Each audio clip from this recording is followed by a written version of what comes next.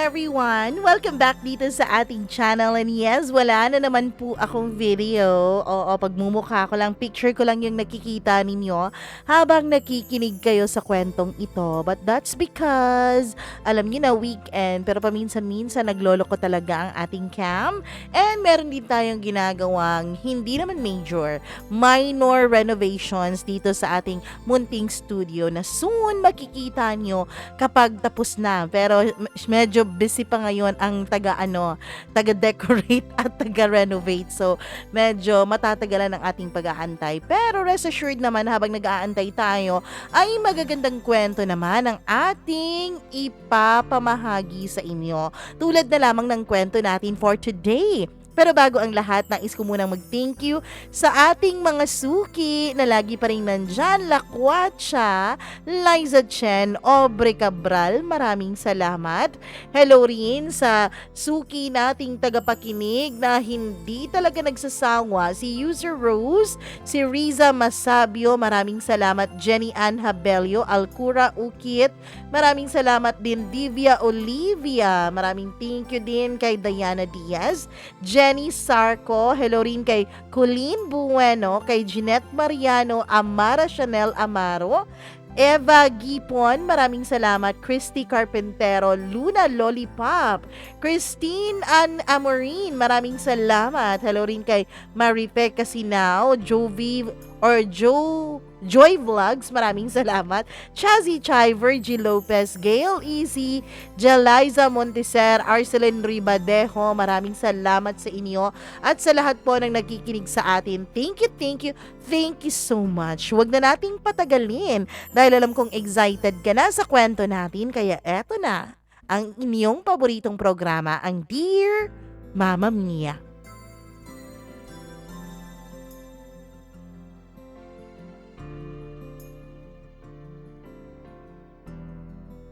Hindi raw lalago ang isang pag-ibig kung walang pagtitiwala sa isa't isa. Dear Mama Mia, alam niyo na ba na may mga bagay na sadyang magkaiba, pero kapag pinagsama ay nagbibigay ng isang panibagong bahagi ng ating buhay. May mga bagay na kung mag-isa lang, hindi mo maa-appreciate. Pero kapag combination na sila, dun mo makikita ang kanilang ganda at ang kanilang sarap. Hello sa inyong lahat. Hindi po ako madalas nagko-comment sa iyong mga videos at kwento, Mama Mia. Pero I'm an avid listener and viewer since the time na narinig kong umere dito sa YouTube itong iyong programa. Tawagin mo na lamang ako sa pangalang Sally. Sally dahil pakiramdam ko yun ang bagay na pangalan sa isang babaeng napakasimple. Tulad ko, simpleng klase ng babae na nakatira sa isang maliit na probinsya sa Visayas. Nakilala ko naman ang isang lalaking tawagin natin sa pangalang Arthur. Yes, Mama Mia, Arthur, like the King Arthur. Opposite po kaming dalawa. Kung gaano ako ka-plain, kung gaano ako ka-simple, ganun naman po siya kabongga, kamacho at kagwapo. Badass ang kanyang datingan. Yun bang nakikita nyo sa mga pelikula o di kaya nababasa nyo sa mga binabasa nyong pocketbooks kung kaidaran ko kayo? Rich kid, city boy. Kaya magkaiba talaga kami.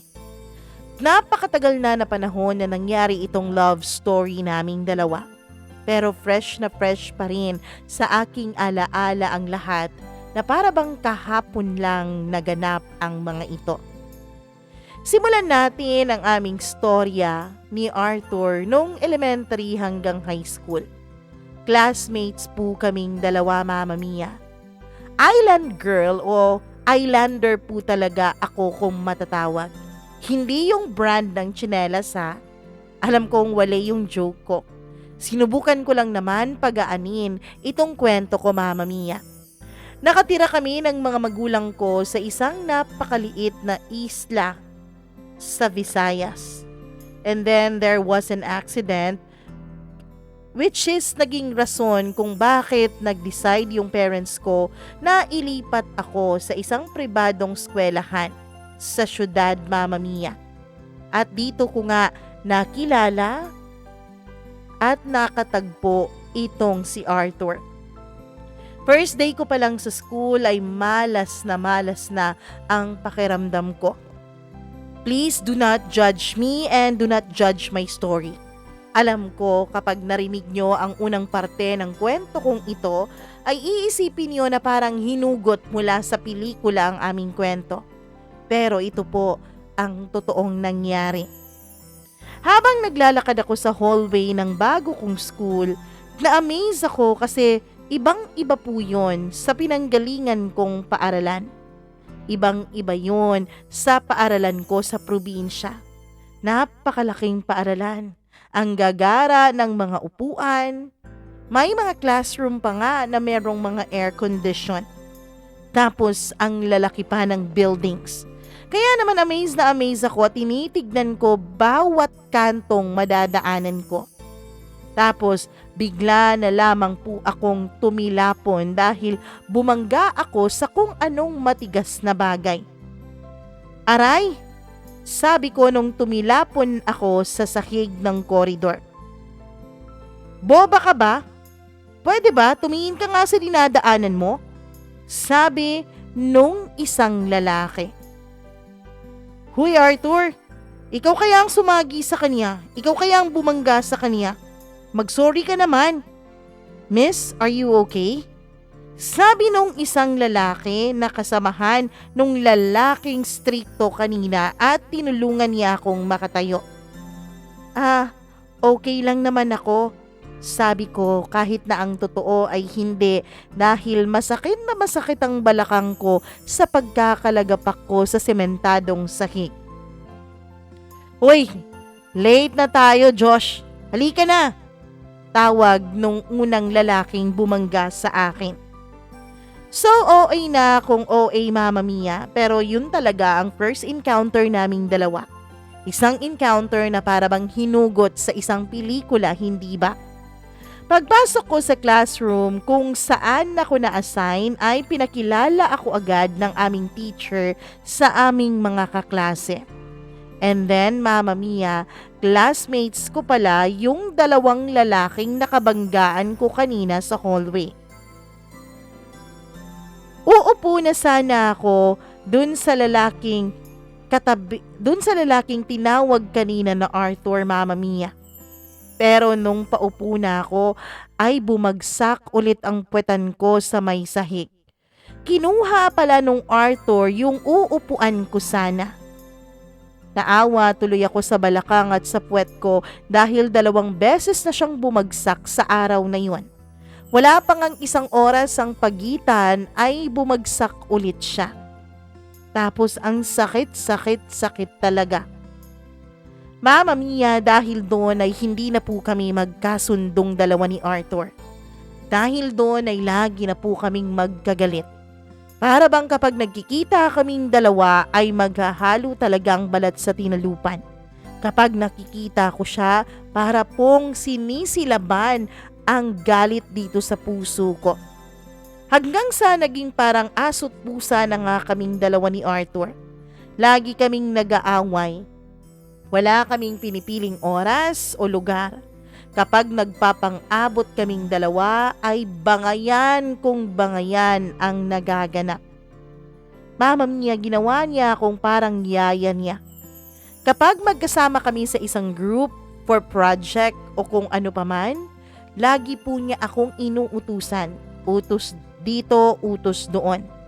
Binubuli din niya ako, Mamma Mia. Siguro dahil nga laking probinsya ako. Probinsyana ang tingin niya sa akin.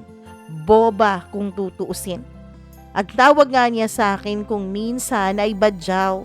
Dahil para raw akong taga-isla, Mamma Mia.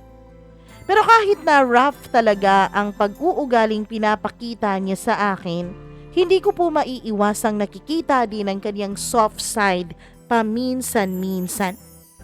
Oo, ewan ko, tanga na nga siguro kung matatawag ang ugali kong ito, Mama Mia. Ako na nga yung binubuli, inutus-utusan. Ako pa yung nakakakita ng maganda niyang katangian. Kapag vacant kami o matagal pumasok yung teacher namin, Mama Mia, ang gusto niya ay pinapaypayan ko siya kahit na ang totoo ay meron namang air condition dun sa classroom namin. Sabi niya para raw makatulog siya. Hindi raw siya nakakatulog hanggat walang hangin na dumadampi-dampi sa mukha niya. Kung minsan pa nga, Mama Mia, ay pinapahaplos niya ako sa kaniyang balikat na malapit na sa kaniyang kili-kili. Yun daw kasi ang ginagawa ng mommy niya sa kanya. Para raw makatulog siya at makapagpahinga ng maayos. Wow ha, ginawa pa lang niya akong nanay. Haplos ng nanay pala ang peg ko dito. Mama Mia, ayoko sanang pumayag. Pero kapag hindi ako pumayag sa mga gusto niya, ay mas lalo niyang pinapahirapan ng buhay ko dun sa school. Wala pong ni isang kumakampi sa akin. Wala din namang nambubuli sa akin na iba. Siya lang. Pero walang kumakampi sa akin. Siguro dahil takot sila kay Arthur. Kilala kasi ang mga magulang ni Arthur na isa sa pinakamalaki kung mag-donate dun sa school namin. Pagkatapos, Mama Mia, kilala din ang mga magulang niya bilang may-ari ng iba't ibang negosyo sa lugar na yon. Kaya naman halos lahat po ng mga kaklase ko, ang kanilang mga magulang ay nagtatrabaho para sa pamilya ni na Arthur. So wala pong gustong kumalaban sa kanya. Ako lang talaga. Kaya lang nung nalaman kong nagka-cancer pala ang mommy niya at nasa Los Angeles ito para magpagamot dahil hindi raw kaya ng mga makinarya dito sa Pilipinas ang sakit niya. Doon po ako parang naawa kay Arthur. Doon po parang lumambot ang puso ko. Kaya naman kapag may request siya, lalo na kapag sinasabi niyang yun ang ginagawa ng mommy niya sa kanya, kahit ayoko, kahit nakakababa ng dignidad, ay pumapayag po ako. Alam ko kasi, Mama Mia, na hindi madali ang pinagdadaanan ni Arthur. Hindi madali sa isang bata na yung kanyang ina ay malayo sa kanya at hindi niya alam kung babalik pa ba itong buhay sa kanya dahil nga may iniinda itong malubhang karamdaman. Kaya naman para hindi na ako masyadong mabuli ni Arthur at para na rin makapagpagaan man lang ako kahit konti ng loob niya ay sinusunod ko bawat utos niya sa akin. Hanggang sa papalapit na ang graduation namin noon. Our teacher asked us kung ano ba ang gusto namin maging in the future. Ako po, I want to be a flight attendant someday. I'll be hitting 2 birds with 1 stone kasi I'd get to do the work that I love and I can travel the whole world for free. How about you, Arthur? Tanong naman ng teacher namin. Ako po, magiging piloto ako ng eroplano kung saan magtatrabaho si Sally. Sabi niya with a bored-faced look. At kaming lahat, Mama Mia, habang nagsasalita itong si Arthur, ang aming mga mata ay nakatitig lamang sa kanya. Ganun kasi siya kahit nung kabataan pa lang namin. Kapag nagsasalita po siya, hindi po maaaring hindi mo siya titigan at hindi mo siya pakinggan. Parang may authority yung boses niya na nagde-demand na makinig kami sa kanya at huwag kung ano-ano ang ginagawa namin. Tinanong ulit siya ng teacher namin. Kasi yun daw ang ilalagay para sa aming yearbook. Kung pareho pa rin ba daw ang answer niya pagkatapos ng 3 araw na sinagot niya yun sa akin. Since that day, Mama Mia, since nung sinabi niya sa akin na magiging piloto siya ng eroplanong pagtatrabahuan ko, naramdaman ko na parang may nagbago sa treatment ni Arthur dito sa akin. Oo, nag-uutos pa rin siya sa akin pero yung tono niya ay medyo malambing na.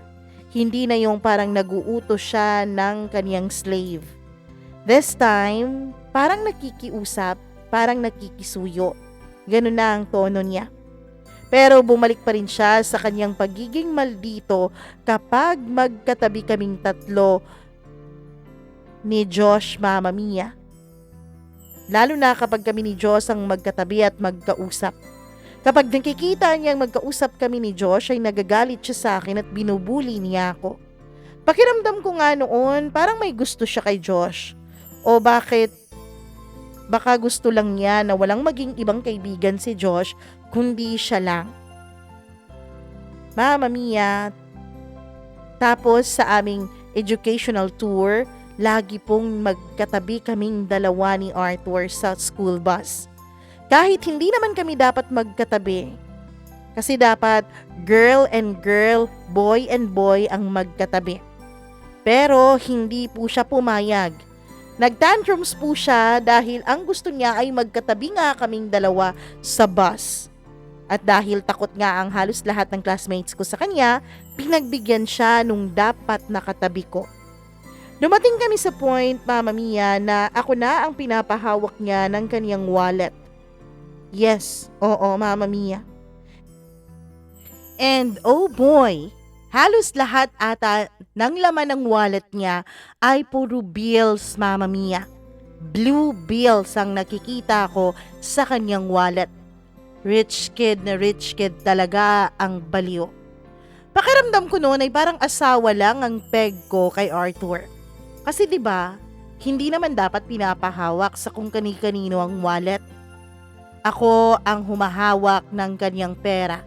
Pero never naman akong nangupit doon sa pera niya, Mama Mia, ha. Kapag nang inuutusan niya akong bumili ng kung ano-ano, ay dun ako kumukuha sa wallet niya dahil sabi niya, dun ko raw kunin. Tapos ibinabalik ko naman po yung sukli at hindi naman po ako nangungupit kahit na piso. Hanggang sa dumating ang graduation day namin. Kaming lahat ay emotional talaga nung araw na yon. Parang halos lahat naman siguro, lalo na kapag nagkaroon na kayo ng bond ng mga kaklase mo, ay nalulungkot talaga kapag graduation. Yung iba pa nga umiiyak-iyak di ba? Ako, sobrang OA ko. Iyak ako ng iyak nung graduation day namin. Tinawanan lang ako ng best friend kong si Sugar, na classmate din namin, Mama Mia. Kasi nga, kumalat na raw yung makeup sa mukha ko. Kasi sa kaiiyak ko. Kaya ayun, pumunta ako dun sa CR kasi tapos na rin naman ang part ko, which is the welcome address. Pagtingin ko at pagpasok ko sa CR ay may mga babae nang nakaharap sa may salamin. At nung nakita nila akong pumasok, ay titig na titig sila sa akin. Para akong napahiya sa itsura ko, Mama Mia. Habang nagre-retouch ako ay namamalayan ko na parang nagbubulungan sila. Dalawa lang silang babae, pero parang nagbubulungan sila. Ibig sabihin, baka parte ako ng kanilang pinag-uusapan.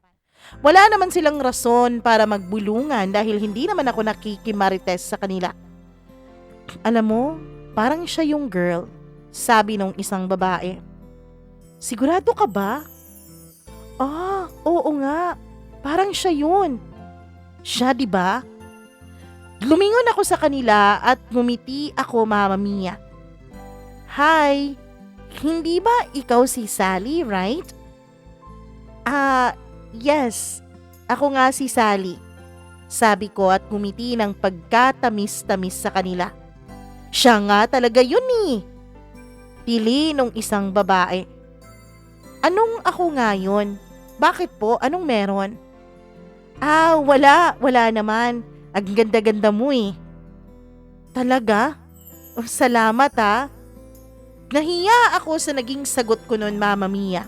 Pero ang totoo ay medyo naging awkward na rin ako sa reaction nila towards me. Weird. So pagkatapos kong mag-retouch ay sinabihan ko na lang sila na mauuna na akong bumalik sa loob ng auditorium kung saan nagaganap ang graduation.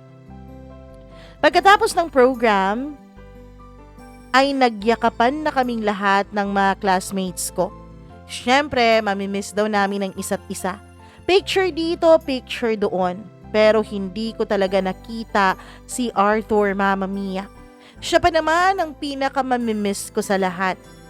Para akong nalungkot kasi baka wala na talagang pagkakataon para magkita pa ulit kaming dalawa ni Arthur. Umuwi na yung iba naming mga kaklase sa kanilang mga bahay. Doon na sila nagpatuloy sa kanilang celebration pero ako, nakaupo pa rin ako doon sa may gymnasium at inaantay ko ang taong gusto kong makita. Ang taong ayokong mawalay. Kaya nga, nalungkot ako ng graduation na. Hanggang sa tinawag na ako ng mga magulang ko dahil uuwi na raw kami. Pauwi na kami at papunta na kami sa may exit ng paaralan, Mama Mia, nung may nag-notify sa cellphone ko na may nag-text sa akin. From Arthur. Subject, look back. Message, Uy, Sally, stop walking and look at your back. Mama Mia, nung hindi ako makapaniwala dahil nung lumingon ako, as in literal na parang natanggal ang pangako sa mukha ko. My jaw literally dropped.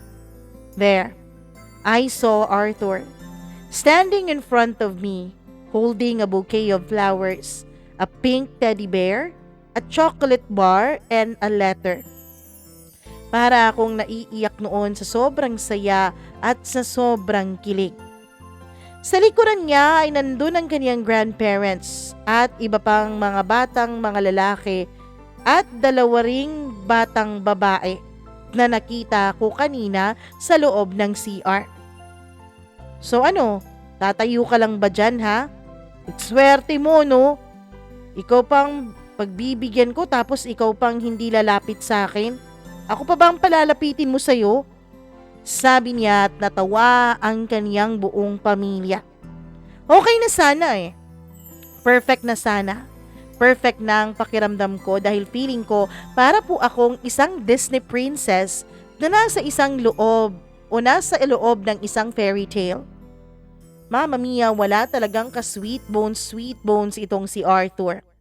Sweet na sana yung action niya, bigla pa siyang nagsalita, kaya nagbago tuloy ang pakiramdam ko. So lumingon muna ako sa mga magulang ko, kina mama and papa dahil baka magalit sila at baka pagalitan ako kasi strikto ang mga magulang ko, lalo na ang papa ko. Pero tumango lamang si papa. Tanda ng pagpayag niya, nalapitan ko si Arthur at kunin ko ang mga bigay niyang regalo sa akin. Kaya nilapitan ko si Arthur, Mama Mia. Iniabot niya sa akin ang kaniyang mga dala. After ay pinicturan kami ng kaniyang mga cousins. Grandparents lang pala niya ang kasama niya tapos yung kaniyang mga pinsan and titas ay umattend din sa kaniyang graduation bilang kapalit ng kaniyang mga magulang at ng ate niya na nasa LA pa nga nung mga panahon na yon dahil patuloy pa rin ang gamutan ng kaniyang moming nagkaroon ng cancer. Nalungkot ako para sa kanya, pero nakita ko naman, Mama Mia, na napaka-strong niya. Nakita ko na nagpapakatatag siya. Kahit na ang totoo, alam kong napaka-fragile niya sa loob. Alam kong nasasaktan siya sa loob, Mama Mia. Dahil dyan ay mas lalo ko pang inintindi ang ugali ni Arthur. Mas lalo ko pa siyang minahal. Oo, mahal ko na po si Arthur. Alam ko na po nung graduation namin sa college, Mama Mia, na yung graduation namin sa high school na mahal ko na siya. Hindi ko naman siguro titiisin ang ganong klaseng ugali niya kung hindi ko siya mahal, hindi ba? After ng graduation namin sa high school ay official nang naging kaming dalawa ni Arthur. Okay lang naman sa parents ko, pero meron silang isang matinding kondisyon para sa akin. Dapat ayusin ko raw ang pag-aaral ko. Dapat una ang pag-aaral sa lahat. Dapat ang relasyon ay inspirasyon lamang at hindi dapat ito makakahadlang o makakasira sa aking magandang kinabukasan. The whole summer, lagi lang kaming magka-text at magkatawagan ni Arthur. Paminsan-minsan ay pumupunta siya sa bahay, sakay ng kanilang red Hilux pickup. Tapos pinagpapaalam niya ako kina mama at papa na isasama raw niya ako at magdi-date daw kaming dalawa.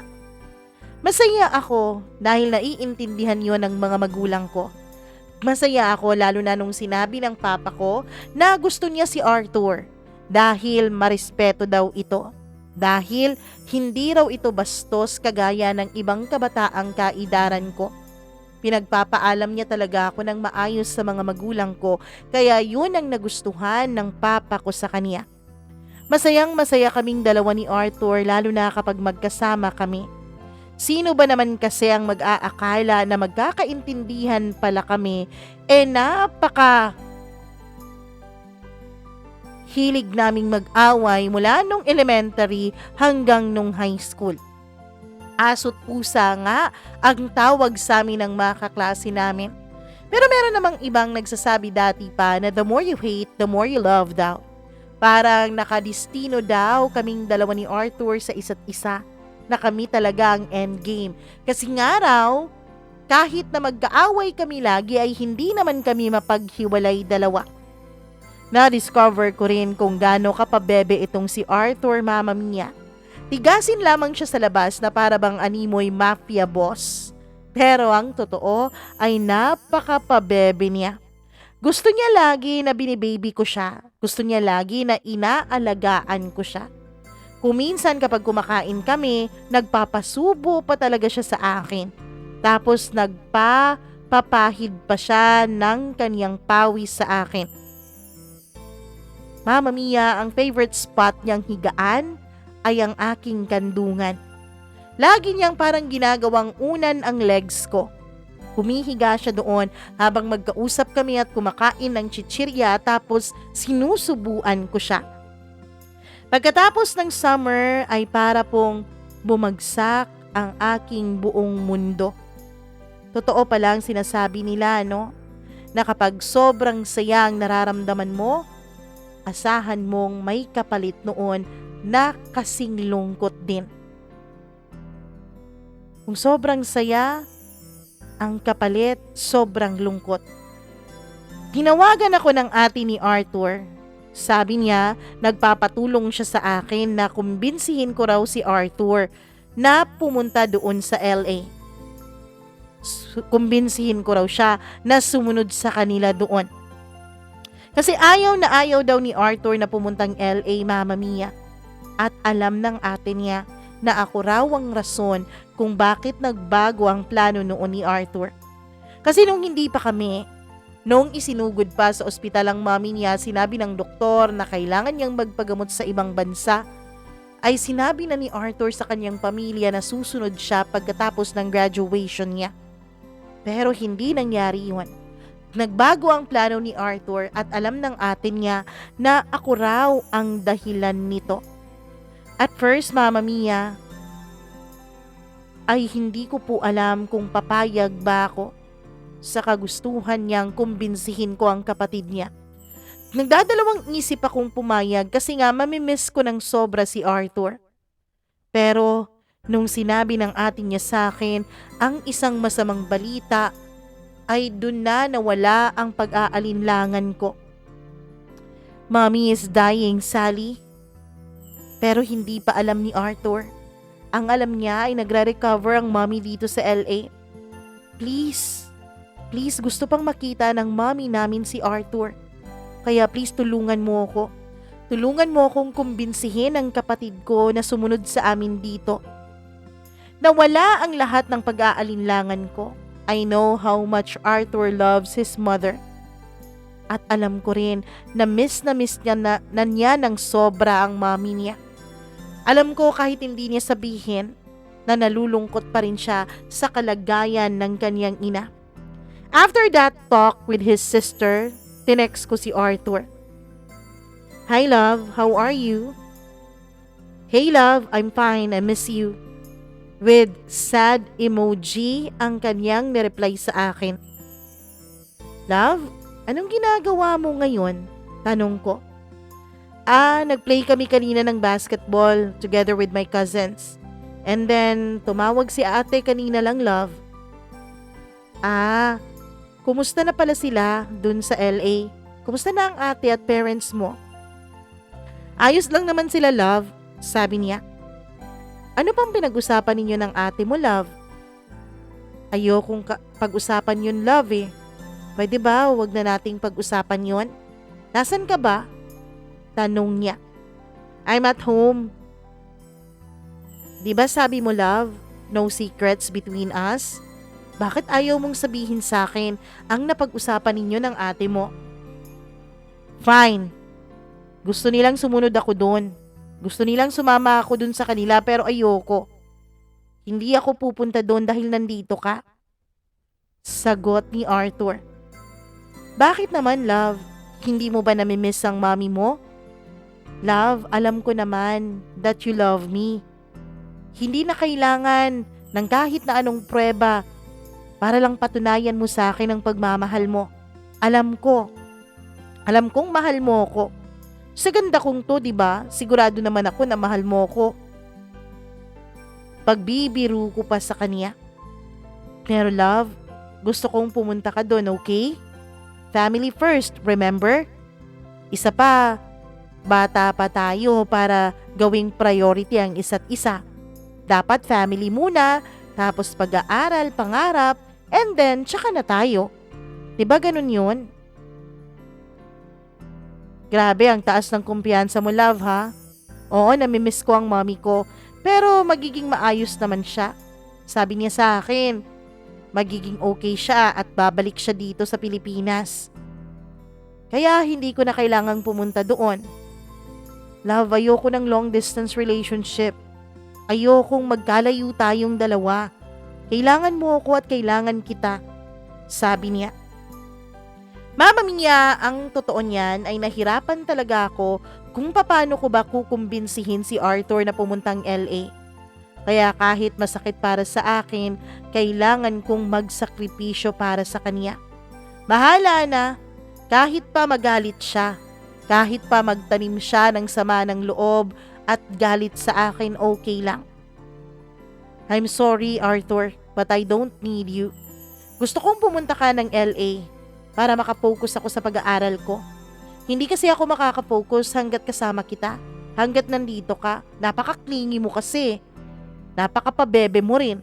Para kang bata na kailangan pang alagaan. Akala mo naman nanay mo ko.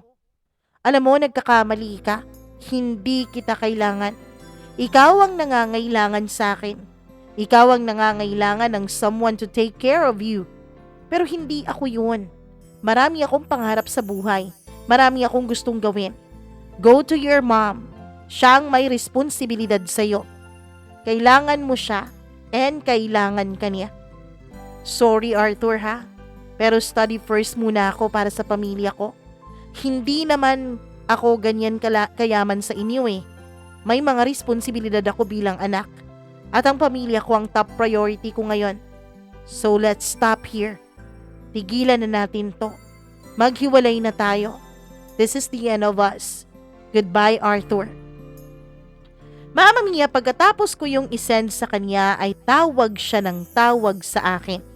Pero hindi ko sinasagot ang tawag niya. Pinatay ko rin ang cellphone ko. I changed my number and nag-deactivate ako ng mga social media accounts ko.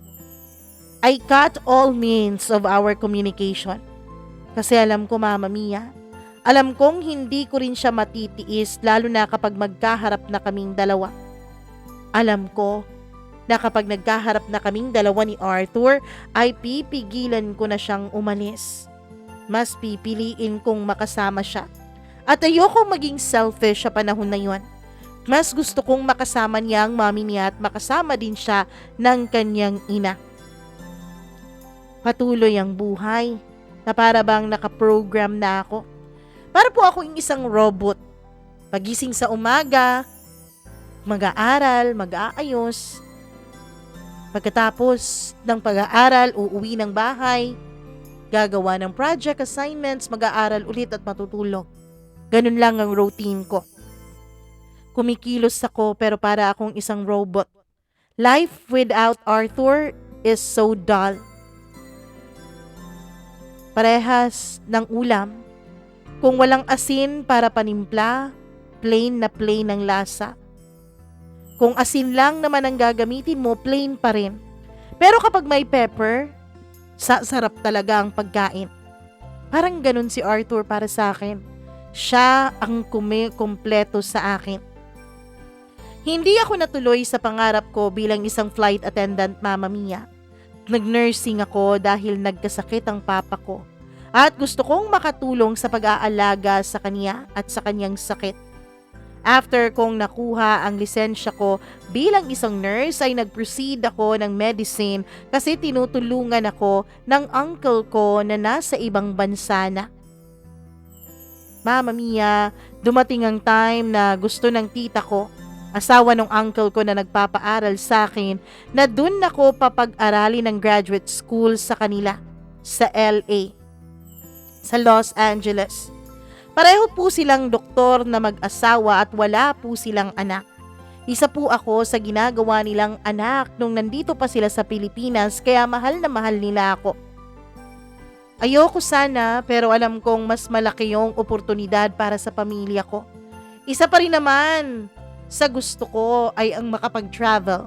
Isa rin naman sa gusto ko ay ang makapunta sa ibang bansa. So chance ko na to at libre pa.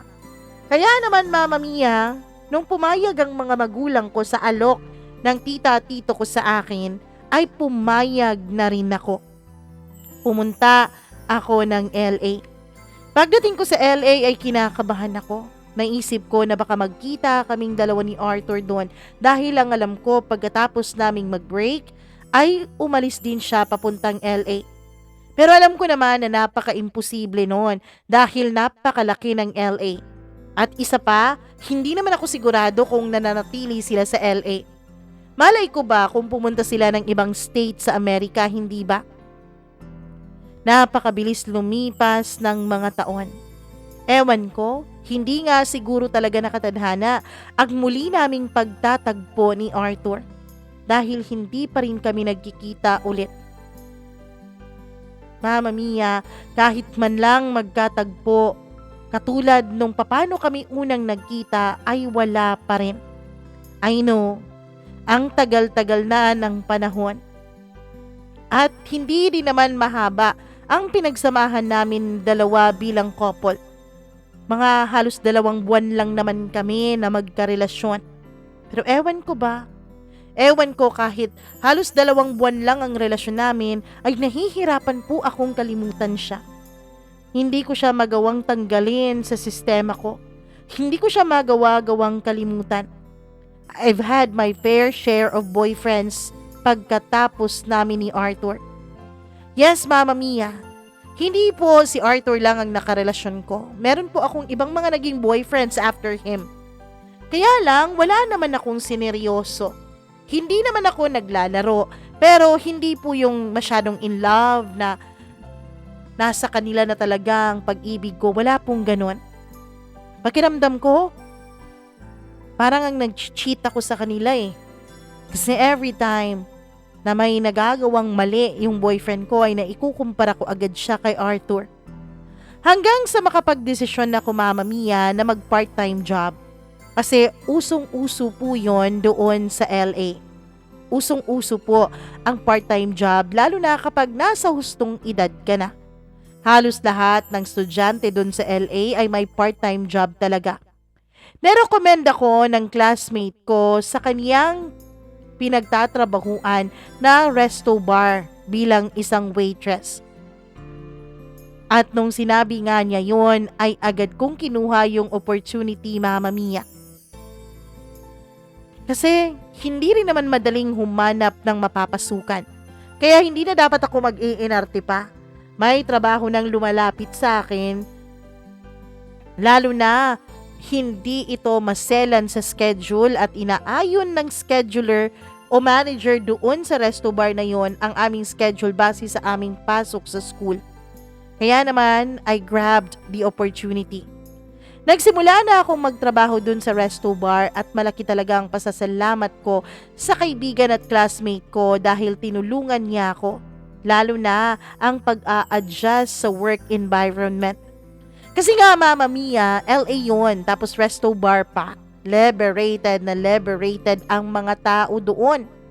Halikan dito, halikan doon. Momol dito, momol doon. Ganon ang makikita mo sa loob ng resto bar, lalo na tuwing gabi. On my second day sa trabaho ay iba naman po ang naging bartender. Parang pamilyar na pamilyar sa akin ang lalaking yon. Hanggang sa tinawag ako ng isang customer, Mama Mia. At napunta ako doon sa ay malapit nga sa bartender. Sakto naman na nung palapit na ako sa bar area ay siyang paglingon ng bartender. Gulat na gulat ako, Mama Mia. Dahil ang bartender na yon ay walang iba kundi ang lalaking matagal ko nang gustong makita. Si Arthur. Para pong tumigil sa pag-ikot ang mundo ko. Parang tumigil ang oras sa mga panahon na yon, nagkatitigan kaming dalawa. Grabe, ang laki-laki na ng pinagbago ng itsura niya. Lalong-lalo na ng kaniyang katawan. Mas lumaki yung kanyang mga biceps, mas naging broad ang kanyang shoulders, and man, those simple lips that I miss so much. Weeks turned to months pero hindi pa rin ako pinapansin ni Arthur, which I understand naman dahil dun sa ginawa kong ang pakikipag-break sa kanya dati. Kung papansinin man niya ako, napaka-rough ng kaniyang pagpansin sa akin. Siguro malaki pa rin talaga ang galit niya sa akin dahil sa ginawa ko. Pero Mama Mia, kahit na nagalit siya, ay hindi ko naman pinagsisihan ang ginawa ko.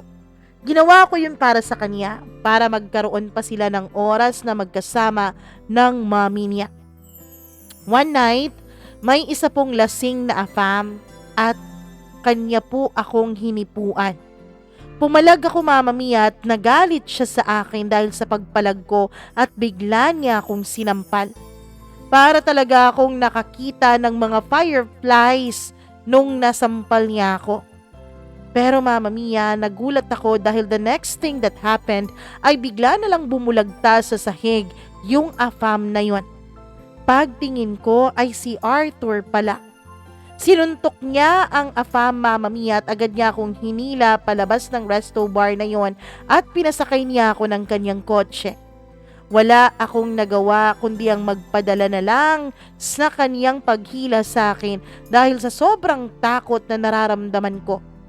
Takot pa ako dahil nasampal ako at masakit pa ang pisngi ko. Malaki din kasing tao ang afam na yon. Alam mo naman ang mga afam, di hamak na mas malaki kaysa sa atin na mga Pinoy, hindi ba? Kaya nasaktan talaga ako. Tumigil kami sa isang bahay. Nasaan tayo? Bakit mo ako dinala dito? Hindi pa tapos ang shift ko. Sabi ko. Napamura siya, Mama Mia. Tinawag niya ang F word. Sally, pwede ba? Pwede bang tumahimik ka? Shut your mouth, please. Don't speak until I tell you to speak. Hoy Arthur, wag mo nga akong pinagmumura-mura dyan ha. Sino ka ba para sundin ko? Bibig ko to. Karapatan ko kung kailan ko gustong ibuga itong bibig ko at kung kailan ako gustong magsalita. Pero Mama Mia, hindi ko po natapos ang mga pinagsasabi ko dahil bigla namang inangkin ni Arthur ang bibig ko. Yes, bigla niya akong siniil ng halik. Para tuloy naging jelly ang mga tuhod ko nung mga panahon na yon. Nawalan ng lakas, ng hihina. Naramdaman ko sa kanyang mga halik ang galit na tinitimpi niya sa akin. The way he kissed me, alam kong galit siya, Mama Mia.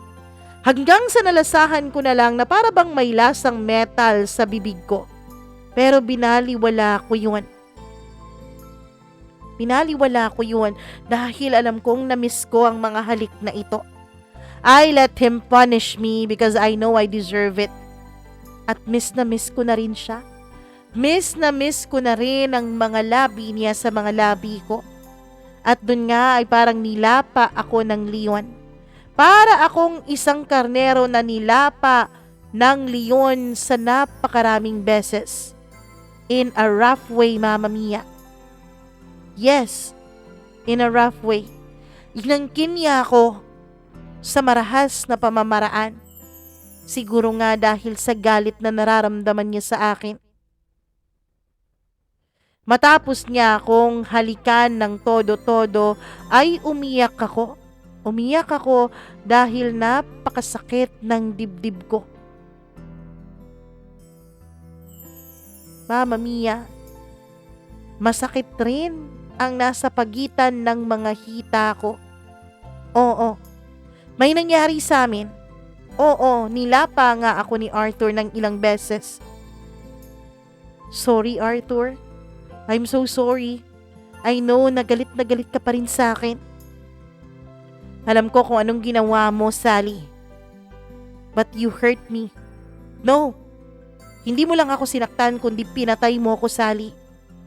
Ikaw na lang sana ang source ko ng lakas noon to face the hurricane that's about to come. Pero iniwanan mo ako. Binitawan mo ako sa ere. Alam ko naman back then na mawawala din si Mommy.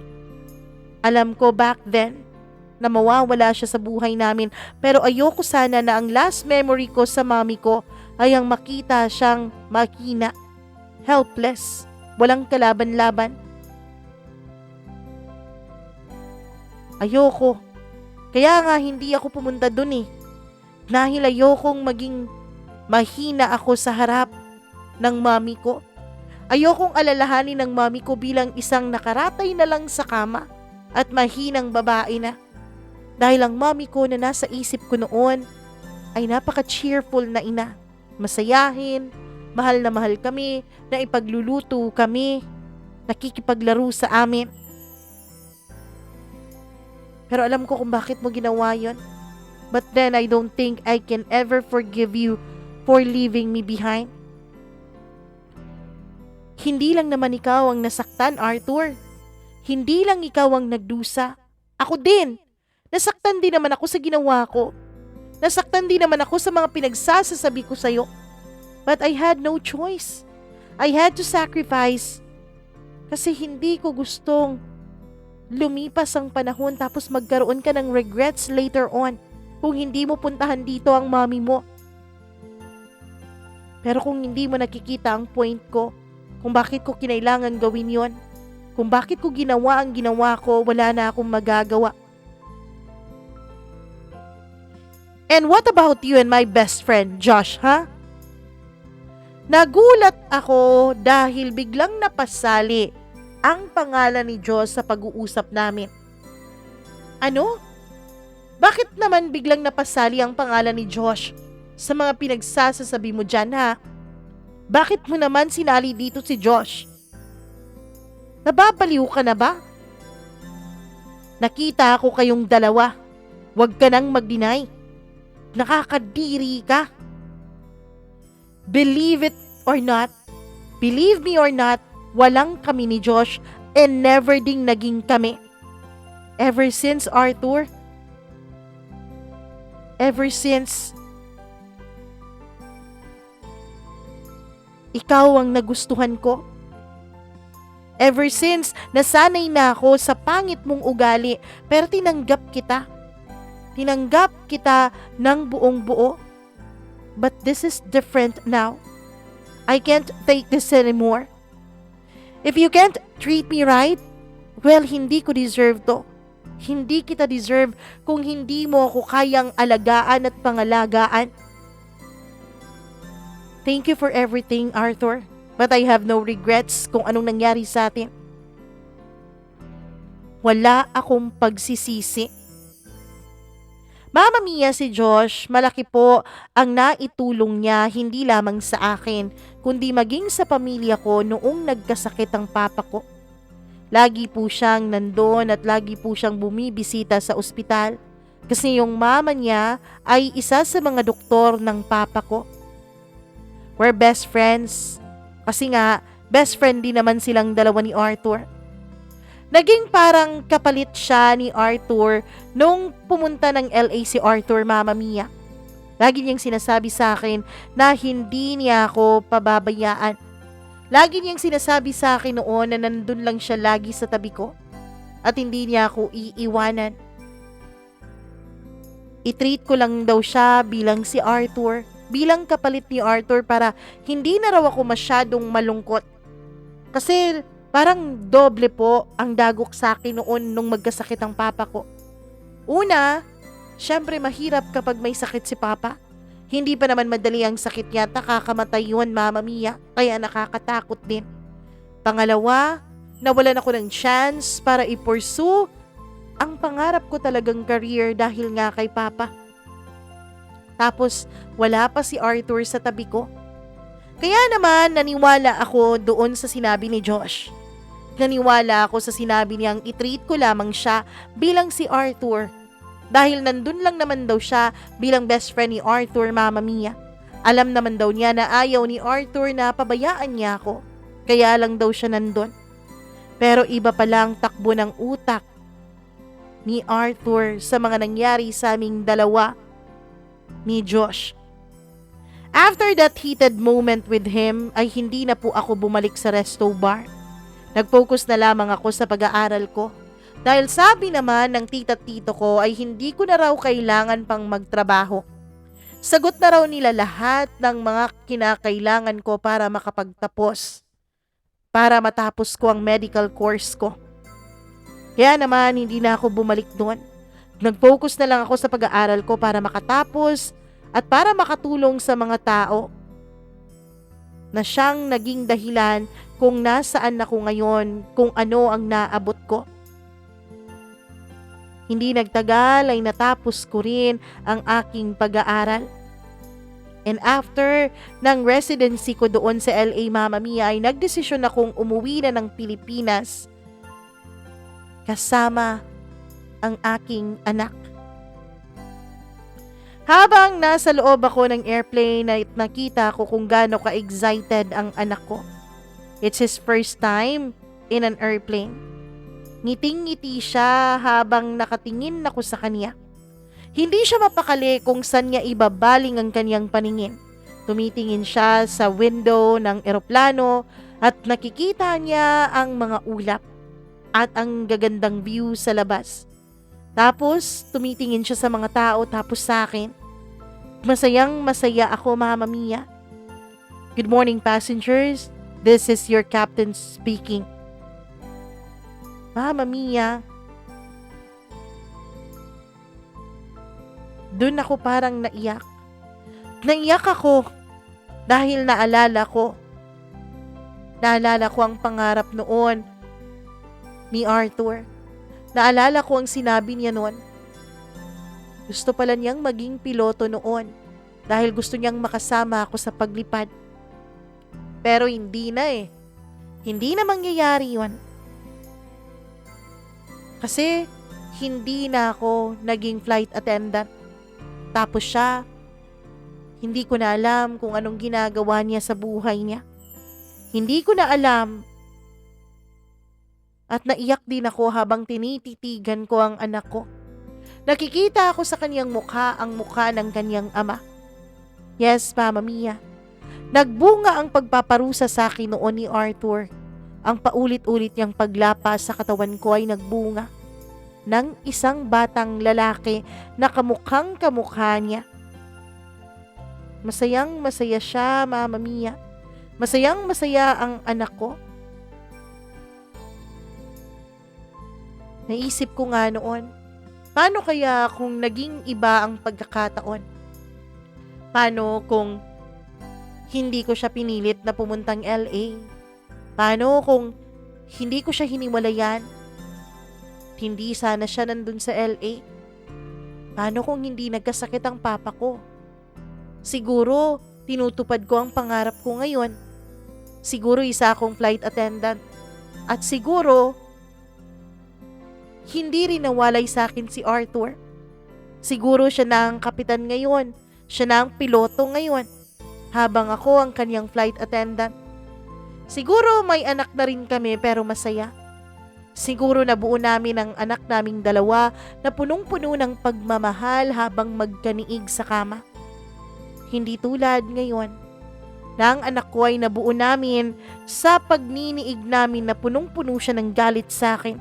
Sa pagniniig na ginawa niyang parang parusa sa akin. Yes, Mama Mia. I was hurt nung mga panahon na inaangkin niya ang katawan ko pero hinayaan ko siya. Pakiramdam ko kasi dun lang siya makakabawi ng mga kasalanang ginawa ko sa kanya.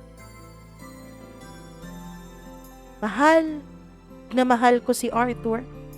Hanggang ngayon, Mama Mia, mahal ko pa rin siya. Hello, love. I miss calling you love. It's like music to my ears, Arthur. I hope someday makita mo dyan sa puso mo ang pagpapatawad para sa akin.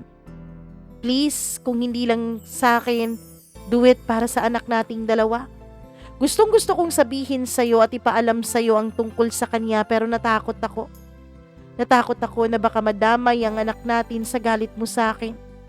Hindi ko alam kung saan mo hinuhugot ang sobrang galit na nararamdaman mo sa akin. Hindi ko alam kung bakit galit na galit ka pa rin after you know what I did for you. Sana maniwala ka sa akin na never naging kami ni Josh at never siyang nakapasok sa buhay ko bilang aking minamahal dito sa aking puso. Ikaw pa rin. Alam kong darating ang panahon na magkikita kayo ng anak mo. Alam kong darating ang panahon na dapat aminin ko sa inyong dalawa ang tungkol sa sikretong tinatago ko. Paghahandaan ko ang panahon na yon. Pero sa ngayon, maniwala ka, aalagaan ko ang anak nating dalawa. Mamahalin ko siya. Sa kanya ko ay bubuhos ang lahat ng pagmamahal na nandito sa puso ko na dapat siya ay kahati mo. Hanggang dito na lamang po, Mama Mia, at maraming salamat sa pagbabasa mo nitong aking kwento, nitong sulat ko. Naway na ilahad ko pa rin ng maayos ang kwento naming dalawa ni Arthur. Ang kwento kung paano kami nakabuo ng isang anak. At naway maging masaya siya kung nasaan man siya ngayon. Wala na akong balita kay Arthur ngayon, Mama Mia. Hindi ko na alam kung nasaan siya. Kung may asawa na ba siya. Malaki-laki na ang anak namin ngayon. Pero hindi ko pa rin naisip na magkaroon ng asawa. Oo, busy ako sa trabaho ko. Pero nung narinig ko po ang inyong programa ay naisip ko pong mag-share ng aking kwento. Para naman maka-inspire ako ng iba at para rin pamarisan ng iba. Oo, alam kong nagkasala ako kay Arthur. Pero hindi ko po pinagsisisihan ang naging desisyon ko. Dahil alam kong natulungan ko silang dalawang mag-ina na magkaroon ng oras sa pamamagitan ng pagpapalaya ko sa lalaking mahal na mahal ko. Hanggang dito na lamang po, Mama Mia. Lubos na nagmamahal at gumagalang, Sally.